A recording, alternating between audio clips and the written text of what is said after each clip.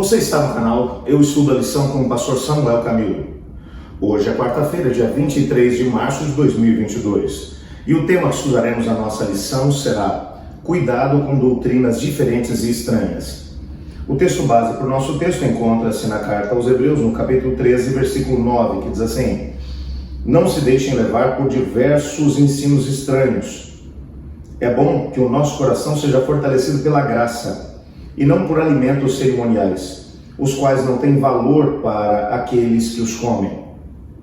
Desse texto, algumas pessoas querem tentar encontrar um indício de que o autor da carta aos Hebreus estava falando para os judeus que essa diferenciação entre alimentos puros e impuros que não existe mais no contexto do Novo Testamento. O fato é que quando analisamos o contexto da carta e ao mesmo tempo do próprio texto, nós entendemos claramente que o apóstolo Paulo não está, ou o apóstolo Paulo, ou se for outra pessoa, o autor, enfim, da carta aos Hebreus, ele não está mencionando que nós não precisamos mais fazer diferenciação entre alimentos puros ou impuros. Não é isso que ele está dizendo. O texto está falando sobre a graça de Deus. O ensinamento do Novo Testamento, assim como também do Antigo, é de que a salvação é um presente dado por Deus a nós. É pela graça que somos salvos, isso não vem de nós, mas é um dom de Deus, não por meio de obras para que ninguém se glorie. Quando olhamos lá para Gênesis, no capítulo 15, o texto vai dizer: ele creu Abraão na promessa do Senhor, e isso lhe foi imputado por justiça. A salvação sempre foi pela graça mediante a fé. Não existe um ser humano sequer que tenha oferecido a Deus uma obediência perfeita. E nada mais do que uma obediência perfeita poderia ser aceito como um meio de podermos alcançar o favor de Deus. Como isso é impossível ao ser humano, com a sua natureza pecaminosa, caída, depois que a rebelião entrou aqui no planeta, o Senhor Deus, então, ele providenciou um jeito de podermos ser salvos, através da graça. Salvação não tem a ver com alimentos, não tem a ver com leis, não tem a ver com o que fazemos. Salvação diz respeito a um ato da parte de Deus. Quando aceitamos pela fé a graça que nos é proposta e nos entregamos, nos lançamos a Cristo Jesus, a salvação nos cobre por completo. O que algumas pessoas têm dificuldade de entender é que existe um desdobramento desse processo da salvação. A justificação é apenas o primeiro momento, a justificação ou o perdão dos pecados. O segundo momento é o momento em que o processo de santificação começa na vida do indivíduo.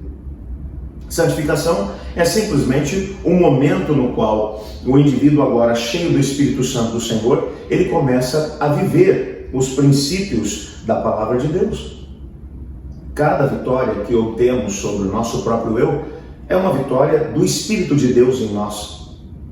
Quando olhamos para a própria Bíblia, principalmente o apóstolo Paulo trabalha a ideia de que no momento em que nos entregamos a Cristo Jesus e passamos pela experiência do novo nascimento através do batismo, o Espírito Santo escreve os princípios da lei de Deus no nosso coração. Então, a partir daí, passamos a ser novas criaturas. A partir daí, uma nova vida, ela começa. Uma vida de perfeição? Não. Nas nossas próprias forças? Não. Mesmo uma pessoa que se entrega a Jesus, ela pode tropeçar, cair, cometer pecados. Por isso, a dependência da graça continua sendo um elemento constante na vida da pessoa que tem um relacionamento com Deus, que está em aliança com Deus. O que o texto aqui está dizendo para a gente, e eu quero só te lembrar que, mais uma vez, essa carta está sendo endereçada a judeus que aceitaram a Cristo Jesus como Senhor e Salvador. Alguns deles ainda estavam acreditando que através de alguns alimentos cerimonialmente dedicados a Deus, que eles também poderiam alcançar de alguma maneira a graça ou o favor de Deus. Só relembrando um princípio interessante, quando vamos para o livro de Levíticos vai mencionar que principalmente as ofertas de paz que eram oferecidas a Deus, o animal, ele era sacrificado, uma parte dele era queimada a Deus, uma parte era oferecida ao sacerdote e a outra parte o adorador ele levava para poder comer junto com a sua família, numa refeição cerimonial de louvor, de gratidão a Deus, entendendo-se que Cristo Jesus, o Cordeiro de Deus que tira o pecado desse mundo, ou seja, o Messias que viria, ele traria salvação para a humanidade. Então, agora, aquele era o momento de se alegrar no Senhor. O que o texto está dizendo para a gente é que participar de uma refeição cerimonial como essa já não teria mais nenhum tipo de significado, porque Cristo Jesus, o Cordeiro de Deus que tira o pecado desse mundo, já veio.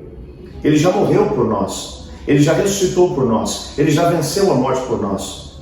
O único meio que pode nos trazer salvação e vida eterna é através de Cristo Jesus. Portanto, o que o texto está dizendo é que nós devemos tomar cuidado com doutrinas falsas e espúrias, como o próprio texto vai dizer. Não se deixem levar por diversos ensinamentos estranhos. Que ensinamentos estranhos são esses? Algumas pessoas já, ainda no primeiro século, continuavam ainda fazendo sacrifícios no contexto do templo. Até a destruição do templo no ano 70, boa parte dos cristãos, dos judeus, ainda continuavam oferecendo sacrifícios no templo. Eles tiveram dificuldade de compreender a grandiosidade do sacrifício de Cristo Jesus, de que todos aqueles ritos que aconteciam através das leis cerimoniais de Israel, que aquilo não tinha mais nenhum significado salvífico para o ser humano, porque Cristo, o verdadeiro Cordeiro, já tinha morrido em favor do pecador, que ele, na qualidade de sumo sacerdote, já tinha subido para o santuário celestial para poder ministrar em nosso favor diante de Deus. Portanto, voltar às práticas legalistas e ao mesmo tempo às práticas cerimoniais do templo, essa é uma das razões, por exemplo, esse é um dos textos que acabam demonstrando algum tipo de indício de que essa carta foi escrita enquanto o templo de Jerusalém ainda estava de pé, provavelmente antes do ano 70 da nossa era, porque o texto aqui está falando de refeições cerimoniais, desse tipo de sacrifício de paz que era feito entre o adorador e o próprio Deus, quando ele participava de uma refeição de celebração. Nada disso pode, de alguma maneira, nos conseguir a salvação e a vida eterna. Hoje em dia, você encontra uma grande quantidade de pessoas que colocam uma carga excessiva em cima daquilo que são as ações do ser humano. E quantos não são os vídeos através da internet que têm circulado nos meios adventistas do sétimo dia? E bons cristãos têm tentado veicular isso tudo, tentando demonstrar que você precisa fazer uma série de coisas para poder ser salvo. Não, as atitudes que nós precisamos ter na nossa vida não são para podermos ser salvos, mas uma evidência de que a salvação nos encontrou. Por isso, os legalistas têm tanta dificuldade de poder entender a graça de Deus. É pela graça que sois salvos, isso não vem de vós, é dom de Deus. A maior evidência de que o Espírito de Deus habita no coração de uma pessoa não é apenas a prática de boas obras, mas é a prática de boas obras com uma visão de equilíbrio, não de extremos. Todas as vezes que encontramos pessoas com um coração amargurado, com um espírito de crítica, mencionando a igreja está perdida, a igreja está fora dos caminhos do Senhor, a igreja não é mais aquilo que era. Bom, quando você vai ler aquilo que a senhora vai te falar a respeito disso, ela menciona que todos aqueles que se levantam para poder falar da igreja de Deus, elas são pessoas que estão sendo dirigidas pelo espírito do inimigo e não do Senhor Deus. Porque a igreja é o único instrumento, apesar de falha, débil e defeituosa, é o único instrumento na terra ao qual o Senhor Deus dedica todo o seu cuidado e amor. E tocar na igreja de Deus é tocar na menina dos olhos do Senhor.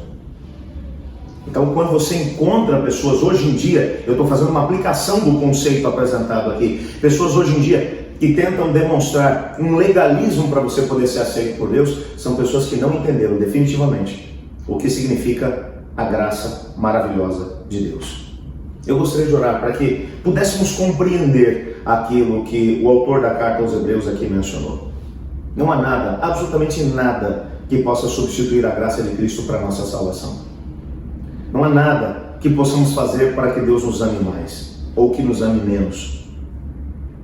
E apesar de haver um desdobramento da justificação através da santificação, nós somos chamados para apoiarmos uns aos outros e levarmos as pessoas para a graça de Cristo, para que através do Espírito haja uma mudança de vida, não através de atos legalistas e nem de acusações, de imprecações. Não é para isso que a gente foi chamado.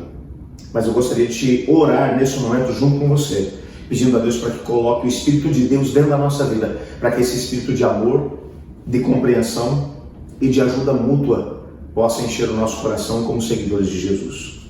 Ore comigo. Obrigado, Senhor, por Tua palavra, porque através dela entendemos que a salvação é pela graça mediante a fé.